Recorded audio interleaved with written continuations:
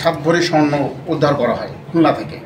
এরপর ওর স্বীকারোক্তির মতে যে চাঁদপুর সদরে যে সম্পৃক্ত যে চোর তাকে আমরা আটক করি এবং তার কাছ থেকে আমরা এই 5 লক্ষ টাকা উদ্ধার করি। সে এরা পরবর্তীতে তাদের জিজ্ঞাসাবাদে জানা যায় যে এই চুরির সংঘটিত হওয়ার পরে তারা 12 ভরি স্বর্ণ বিক্রি করে এবং 12 ভরি স্বর্ণের বিক্রির একটা পোর্শন এই চাঁদপুর সদরে যে চোর যে ছিল সে পায় এবং তার কাছ থেকে আমরা এই 5 লক্ষ টাকা উদ্ধার করি।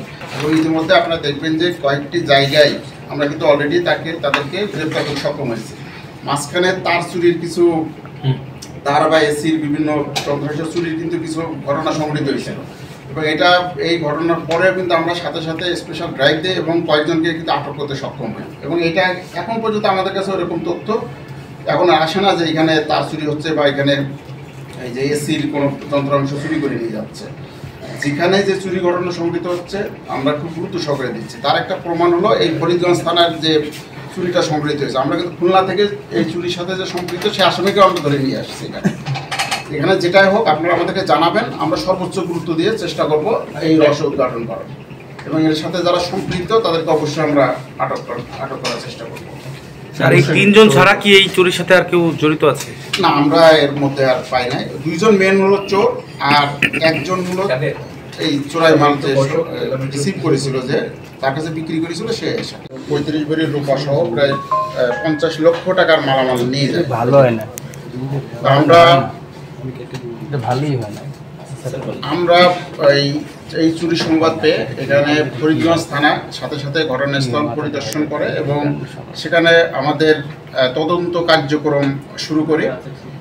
তদন্তের এক পর্যায়ে বিভিন্নভাবে তথ্য প্রযুক্তির সহায়তা সহ সার্বিক সোর্স নিয়োগের মাধ্যমে আমরা জানতে পারি যে এখানে খুলনার একটি চোরচক্র এবং চাঁদপুর সদরের চোরচক্র এই চুরিটা সংঘটিত করেছে।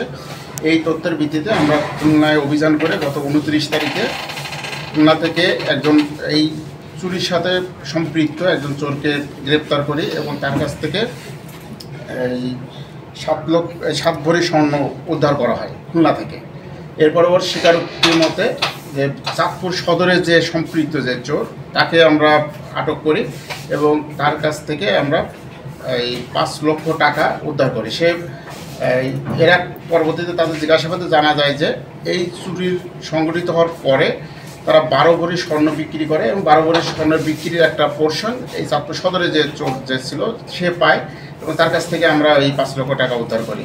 আর বাকি যে স্বর্ণ আমরা ওই খুলনা যে চোর যাকে গ্রেপ্তার করি তার কাছ থেকে উদ্ধার করা হয়।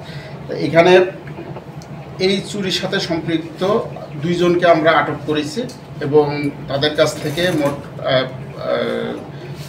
7 ভরি স্বর্ণ এবং 5 লক্ষ টাকা উদ্ধার করতে সক্ষম হয়েছি। এরা যার কাছে এই স্বর্ণটা বিক্রি করে তাকেও আমরা মোটামুটি আইডেন্টিফাই করেছি, আমরা তাকেও চিরেই গ্রেপ্তার করতে সক্ষম হব।